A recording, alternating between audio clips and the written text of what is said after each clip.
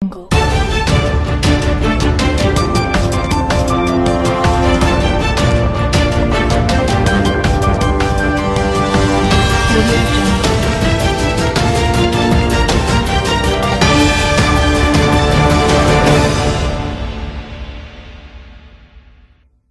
કોર્ટમાં અને એને જેલમાં પણ ધકેલવામાં આવે આવા કાયદાઓ એની સામે મૂકેલા છે વ્યવસ્થાપકની સામે. એની સામે જો વેતન જોવા જાય તો બિલકુલ 53 રૂપિયા એટલે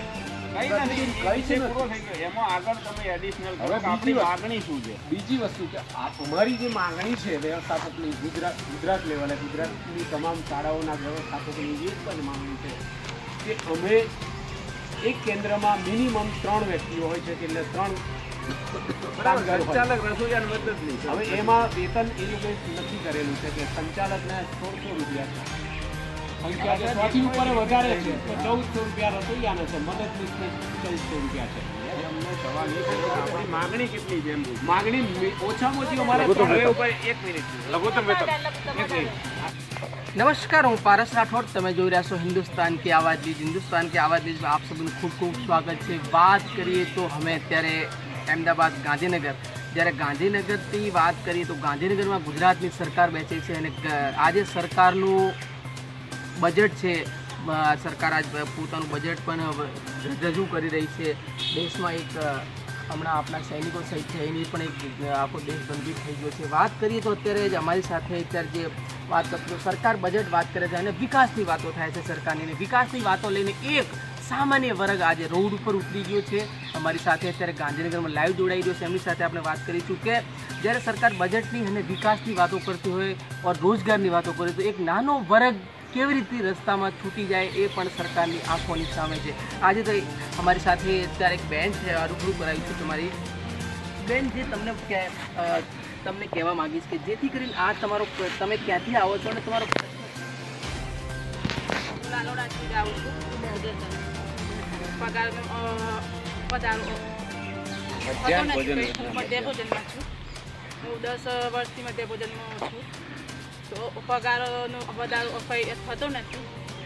કેટલો વધારો અત્યારે કેટલો પગાર? 1600 રૂપિયા અત્યારે મારા સામે. તમે સાંભળ્યું કે સરકારની વાતો છે. સરકાર જે કરે છે કે 250 થી 300 રૂપિયા મિનિમમ વેતન ગણતું હોય છે અને અહીંયા જે બહેનનો પગાર જે સરળ થાય છે તો અહીંયા 53 રૂપિયા એક શરમજનક વાત છે. અને એમનું કામ હોય છે સવારે 11 વાગ્યાથી લઈને 3 વાગ્યા સુધી ધોધવાનું, જે ભોજન બનાવવાનું, ભોજન બનાવી અને નાના બાળકોને એ ભોજન ખવડાવવાનું હોય છે. અને બહુ તમને વાત કરી દઈએ કે એ બહુ મોટું એનું એક જિમ્મેદારીનું કામ છે, મહત્વપૂર્ણ કામ છે. અગર કોઈક ખાવાની અંદર નાની મોટી એવી ચૂક થઈ જાય તો સરકાર પણ એવા આદેશ છે કે એમને જેલની સલાખાને અને મોટો એક એમના ઉપર ગુનો લાગે છે. કે અમારી સાથે હજુ પણ એક વાતચીત કરવા માટે કાકા જોડાશે. જેથી કરીને હું બનાસકાંઠા જિલ્લામાંથી સુરગામ તાલુકામાંથી આવું છું. છેલ્લા 30 વર્ષથી મધ્યપ્રદેશ સાથે સંકળાયેલું છું. અમારી સરકાર સમક્ષ છેલ્લી 30 વર્ષથી એક જ માગણી છે કે અમને પગાર વધારો આપે, લઘુત્તમ વેતન આપે, પગાર વધારો કરવામાં આવે. અમારી માગણી છે એનજીઓમાં જે સંસ્થાઓ ગઈ છે, જે કેન્દ્રો કરવામાં આવે છે એ એનજીઓ રદ કરે અને અમને કાયમી કર્મચારી કરીને ગુજરાત સરકાર પોતાના કર્મચારી કરીને પૂરતા લાભ આપે, એ અમારી માગણીઓ છે. તો અમારી સાથે તમે અત્યારે પૂરતા કર્મચારી નથી, શું કામ તમારી સાથે અમને અમારે મધ્યભોજન કેન્દ્રો પર અમારે અત્યારે મિનિમમ મારા બનાસકાંઠા જિલ્લાની અંદર 12 થી 13 રેકર્ડમાં નિભાવવો પડે, જથ્થો લાવવો પડે, શાકભાજી લાવવા પડે. શાળામાં અમારે 10:30 હાજર થવાનું, 2:30 વાગે કામગીરી પૂરી થાય 3 વાગે અમારે જવાનું. અને જ્યારે મામદાર સાહેબ શ્રી અથવા નાયબ કલેક્ટર સાહેબ શ્રી સૂચના આપી મુજબ કામગીરી કરવી પડે, જેવી કે રેશન કાર્ડની કામગીરી કરવાની, ઈ ધારાની કામગીરી કરવાની, કોઈ ગ્રામ પંચાયતની સૂચના મળે તો એ પણ અમારે કામગીરી કરવાની. હમણાં ગુજરાત સરકારે જે ભારત સરકારે જે 6000 રૂપિયા ખેડૂતોને આપવાના છે એમાં પણ અમને જોતરવામાં આવ્યા છે. એ પણ અમે રાજ્ય કામ કરીએ. ચૂંટણી વખતે પણ અમને પટાવાળા તરીકે અમારી કામગીરી સરકાર શ્રી મારી કામગીરી લેવા માંગે છે, એ પણ અમે કામગીરી કરીએ છીએ. જ્યારે પણ તાલુકા કક્ષાએથી મામદાર સાહેબ શ્રી કંઈક સૂચના આપે કે માન્ય ધારાસભ્યશ્રી આવે છે, માન્ય મંત્રીશ્રી આવે છે તો પણ અમારી સંખ્યા લઈને મારે બતાવવાની કર્યા છે. અતુલભાઈ, હું તમને પૂછવા માંગી છું કે જે આવા મજદૂર વર્ગને ગમે તેમ જોતરીને શું સરકાર સાબિત કરવા માંગશે જેથી કરીને જેમની રોજની આવક 53 રૂપિયા થાય? શું કહેવા માંગશે?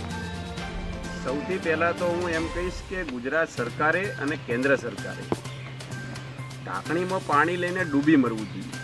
કે આટલા વર્ષોથી 34 વર્ષથી આ એક યુનિયન એમની માગણીઓ લઈને સરકાર સમક્ષ જઈ રહ્યું છે.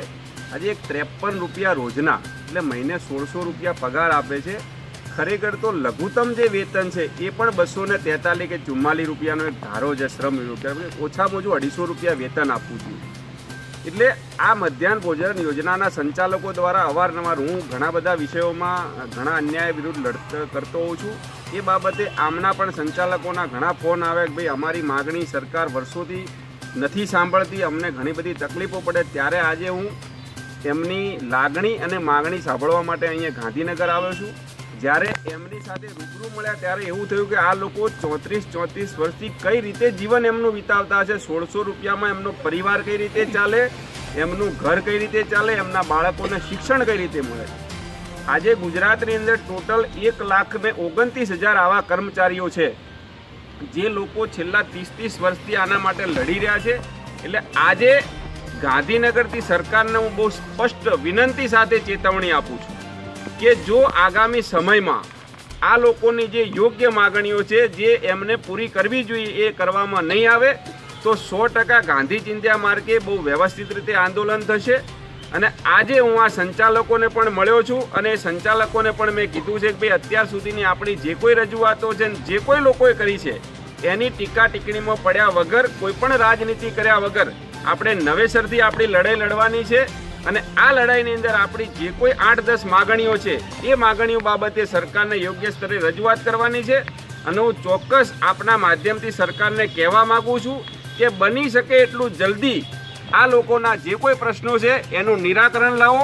આજે એક બાજુ તમે ધારાસભ્યોના 1,16,000 રૂપિયા પગાર થતા હોય અને બીજી બાજુ આ સંચાલકોને જો 1600 રૂપિયા પગાર મળતો એટલો આટલી વિસંગતતાઓ કઈ રીતે શક્ય બને અને કઈ રીતે સભ્ય સમાજનું નિર્માણ બની શકે.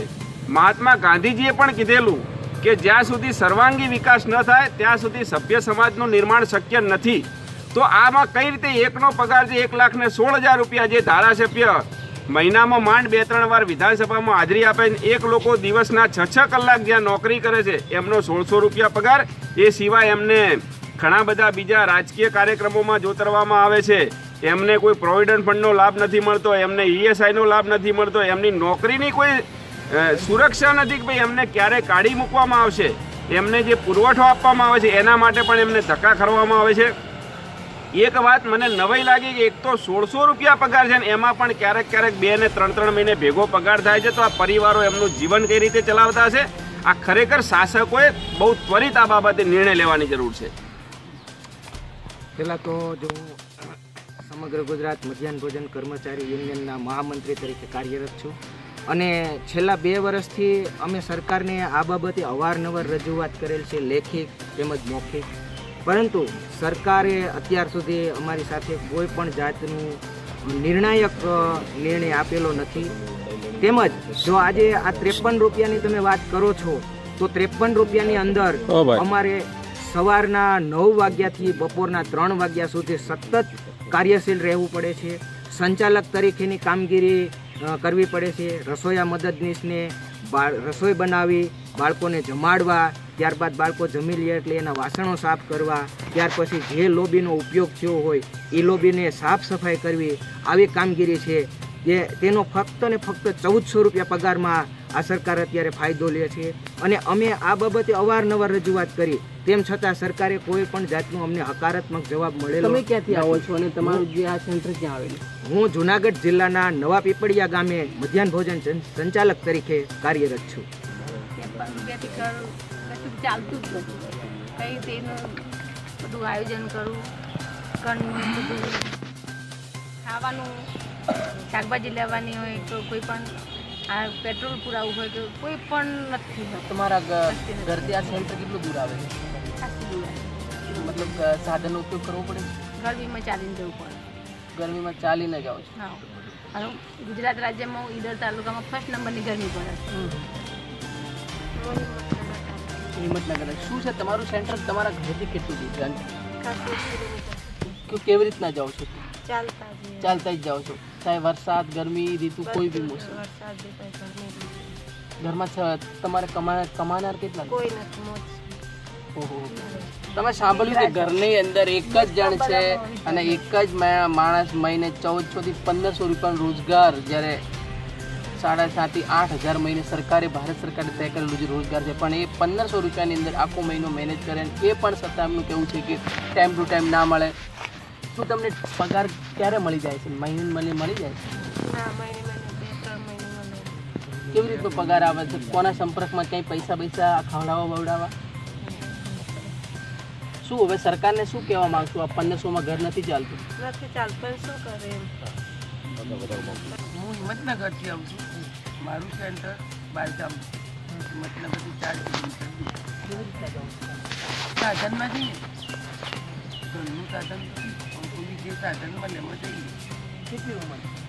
મારી ઉંમર 52 કામ થાય એમ કામ કરવામાં ખરા પણ એક વાત કરીએ તો હવે ગુજરાત સરકારનું બીજું વર્ષ છે અને કેન્દ્ર સરકારને 4-5 વર્ષ પૂરા થવા આવ્યા છે. શું એ 5 વર્ષની અંદર તમે શું અનુભવ કર્યો?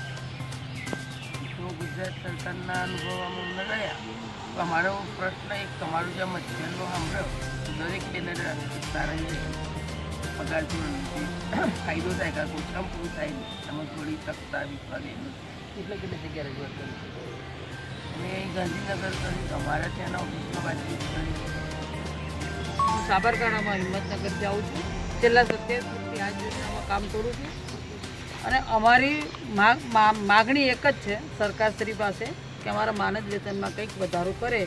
નથી પોસાતું પણ ઘરમાં કોઈ કરવાવાળું ન હોય તો પછી અમારે આ કામ કરવું પડે છે. મારા તાલુકામાં મોટા ભાગની 70-75% બહેનો બધી જરૂરિયાતવાળી જ છે અને જરૂરિયાતવાળી હોય બહેનો હોય, વિધવા ત્યક્તા બહેનો હોય, એમની પાસે બીજું કોઈ આજીવિકાનું કોઈ સાધન ન હોય પણ આજે નહીં તો કાલે સરકારશ્રી આપણું સાંભળશે એ આશાએ જ અમે લોકો આ કામ કરતા હોઈએ. સરસ.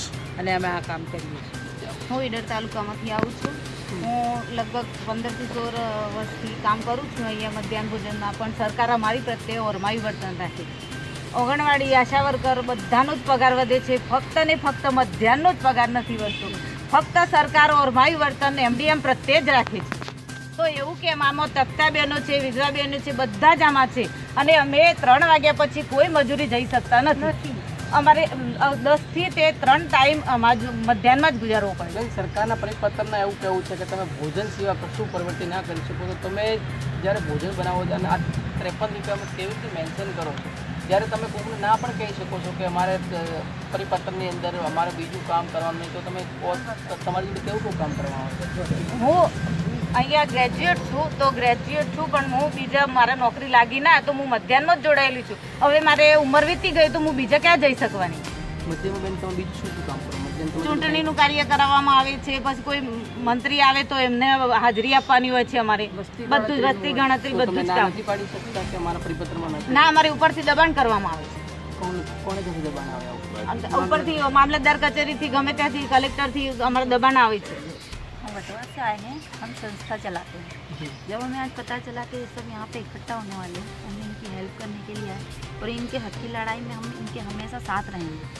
आज कल या कभी भी इनके घर जाना पड़े, इनके गांव जाना पड़े, सरकार से लड़ना पड़े, सरकार को तो शर्म आनी चाहिए।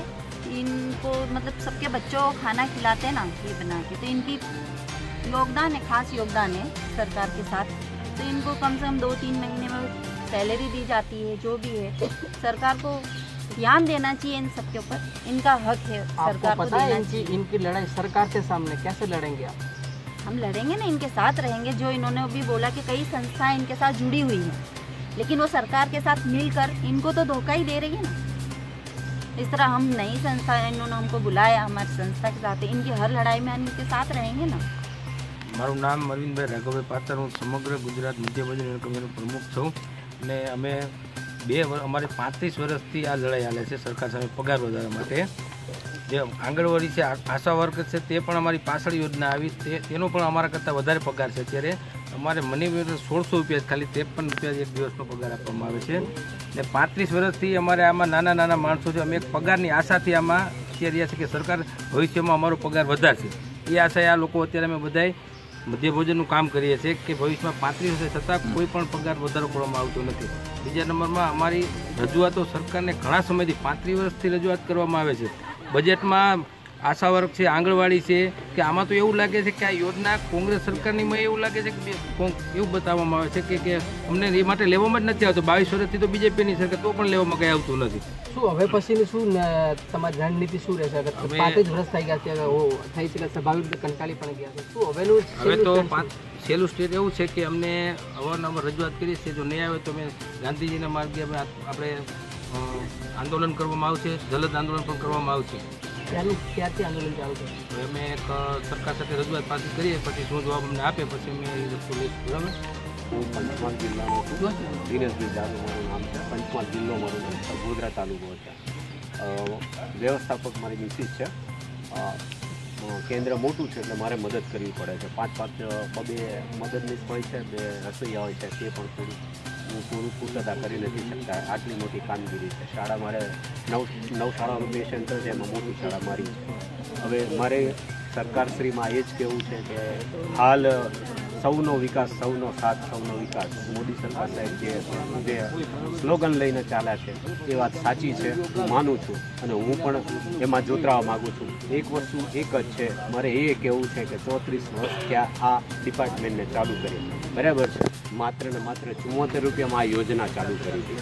હવે જે તે સમયે 74 રૂપિયામાં યોજના ચાલુ કરી તે ઘડીએ મોંઘવારી બહુ સાહેબ ઓછી હતી. અત્યારે ચાલતા 100 રૂપિયામાં 100 રૂપિયામાં 53 રૂપિયા પ્રતિદિન પડે છે. કામગીરી જુઓ તો અધધ છે તમામ કામગીરી. હું એમ માનું છું કે MDM ડિપાર્ટમેન્ટમાં મામલતદારશ્રીની 50% કામગીરી વ્યવસ્થાપકના માથે થોપી દેવામાં આવે છે. એની સામે વેતન બિલકુલ ઓછું છે સાહેબ. મજબૂર એ પ્રકારનો થઈ જાય છે. જ્યારે 11 મહિનાના કરાર પર નિયુક્તિ આપવામાં આવે છે તો એની અંદર નિયમો એવા છે કે સંચાલક દુકાન ના કરી શકે, શાકભાજીની ઘંટી ના ચલાવી શકે, એ એની આજીવિકા માટે કોઈ પણ પ્રકારનો બીજો કોઈ પણ કામગીરી કરી ના શકે. આવા તમામ નિયમોથી વ્યવસ્થાપકને બાંધી દેવામાં આવે છે. સાહેબ મારું એમ કહેવું છે કે આનું કેટલું બધું શોષણ થયું છે આ ડિપાર્ટમેન્ટમાં વ્યવસ્થાપકનું. મારું એમ કહેવું છે કે એક બાળકને જો એક માં એને પૂરતું પોષણ આપવું હોય તો કેટલી બધી કાળજી લે છે. એ ચાહે અમીર હોય ચાહે ગરીબ હોય, બાળક તો બાળક જ હોય છે સાહેબ. અત્યારે હાલ અમે જે આ યોજના ચલાવી રહ્યા છે ગુજરાતના ભવિષ્યના, જેમ મોદી સાહેબ અહીંયા આપણા હિન્દુસ્તાનના છે તેમ અત્યારે જે અમે MDMમાં લાભ લઈ રહ્યા છે એ બાળકો તમામ ભવિષ્યના બહુ મોટી વ્યક્તિઓ છે સાહેબ. એમનું અમે પૂરેપૂરું ધ્યાન આપી અમે પોષણ કરી રહ્યા છીએ, બરાબર છે સાહેબ. અમને કેમ આ સરકાર ઇગ્નોર કરે છે સાહેબ? ઘણી બળતણા તો ઘણી છે. એમ કેવું છે કે સાહેબ સાવ એકદમ નીચામાં નીચો કથળી ગયેલો જો આ પ્રોજેક્ટ બનાવી દીધો હોય તો સરકાર ધ્યાન કેમ નથી દેતી એમ. અમારું તો એ કહેવું છે કે સાહેબ આટલામાં ક્યાંય ના પોસાય. મોંઘવારી જુઓ સાહેબ, અત્યારે 43 રૂપિયા 1 કિલો ખાંડના 43 રૂપિયા.